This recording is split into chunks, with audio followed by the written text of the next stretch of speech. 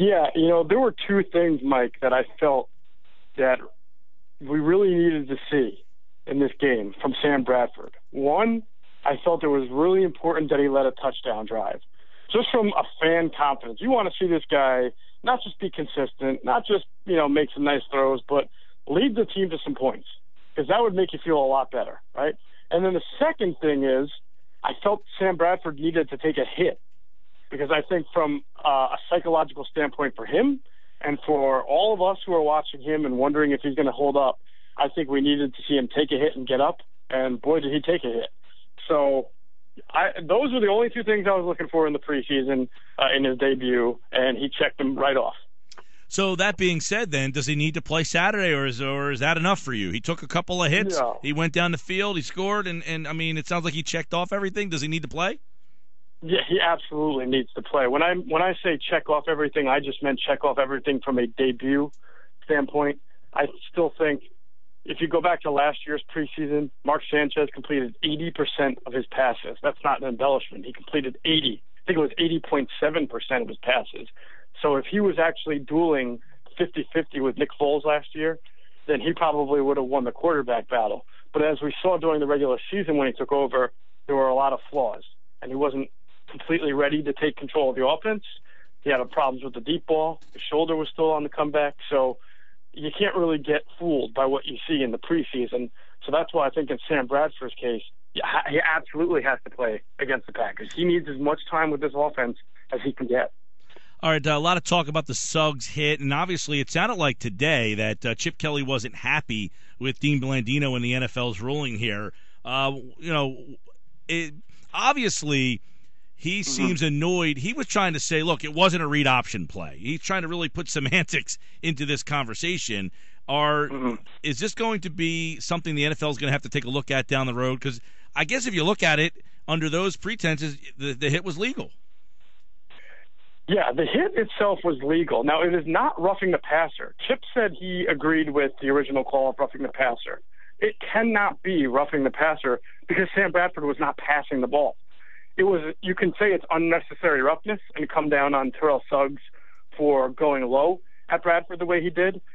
But if you watch the play, and I've watched it 100 times, he is there so fast because he is the unblocked edge defender that it's also tough to say that, it would have been tough for him to just lighten his hit on Bradford. I mean, he would have not hit him at all. And I don't know that, when the whistle, in between the lines, when the game is going on, you're supposed to hit a guy if you have a chance. I think there's 50-50 there. I can see why they would call it roughness, and I can also see why some people would say there's no penalty at all. What bothers me about what Chip said today is that I feel like he's trying to have his cake, Mike, and eat it too. And when I say that, he's saying that this is just a run out of shotgun. It is not read option. However, many components of read option are in that play, right? You have the left tackle and left guard sealing off the defensive lineman. You have the unblocked read defender coming in, and I say read, quote-unquote read defender in Suggs.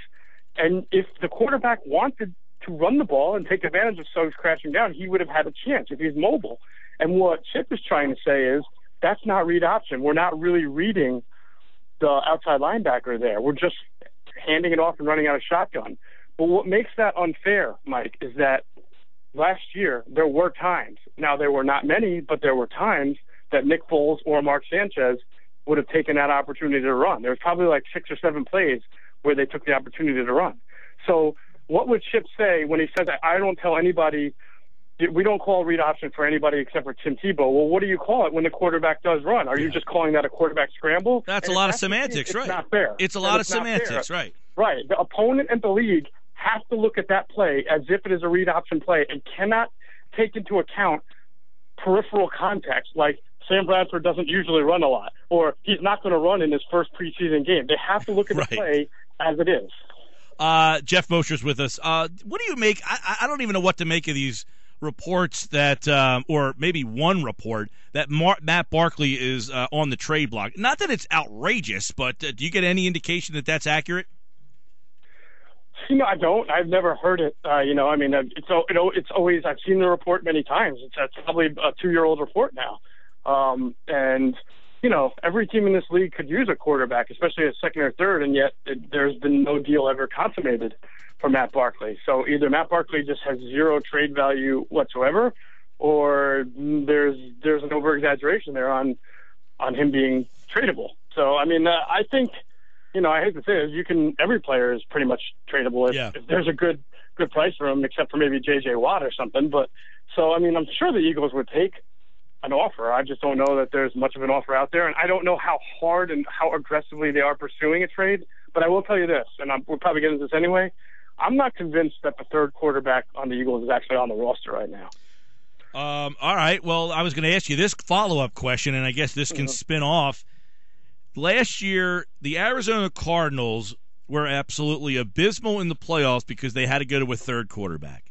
So if that was a situation, and Bradford, he's injury-prone to some people, he can't make it through, and then Sanchez went down, Tebow or Barkley, who gives you the best shot or other? I mean, if you want to play a playoff game, Tebow can at least say, I've won games, and you can design an offense for me that could throw a team off for a couple of weeks or two. I can catch you off guard.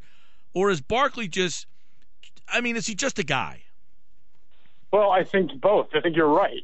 The thing with Tebow, though, is that you can talk about the playoff games that he won and that fourth quarter magic that he summoned, but that was a pretty good Denver team that had a really good defense that kept him in. You'd have to be really high on this Eagles defense, and let's face it, it's just preseason, okay? You'd have to really think that they were going to be a tight lockdown defense if you wanted to risk on having Tim Tebow have to be your starter in case of injury. And also remember that is now, 5 years ago? He spent 1 year with 2011. 2 years out of the league. So, yeah, that's a long time ago. People get older, So I don't know that he can be that same type of quarterback. I definitely know he's got enough coaches around him here at the Eagles to at least they could capitalize on his strengths. 28 years old, by the way, for Tebow. Yeah, right. You got to be able to throw the ball a little bit too. And I just don't know that he's a guy you want throwing the ball a whole lot. I'm not sure the Eagles could really pull off what Denver did a couple of years ago with Tebow as their quarterback. And I'm not that really confident in Matt Barkley either, but I think he knows the offense better, and I think he's had better practices. So you made the point. You're down to your third quarterback like the Cardinals were last year, and you're in trouble. But, again, that's why I kind of think that there's a good chance that the third quarterback could be on somebody else's team right now. Interesting. Well, look, again, when you look at it and say, if Barkley got cut, someone else would probably pick him up. If Tebow got cut, probably not. But this is the one team that Tebow could work on, and it might be a better situation for Tebow here than it is for Barkley here. And that's not a knock on Barkley, but if you're down to your third guy, you probably want that guy to do something that could provide a spark or catch the team off guard or something.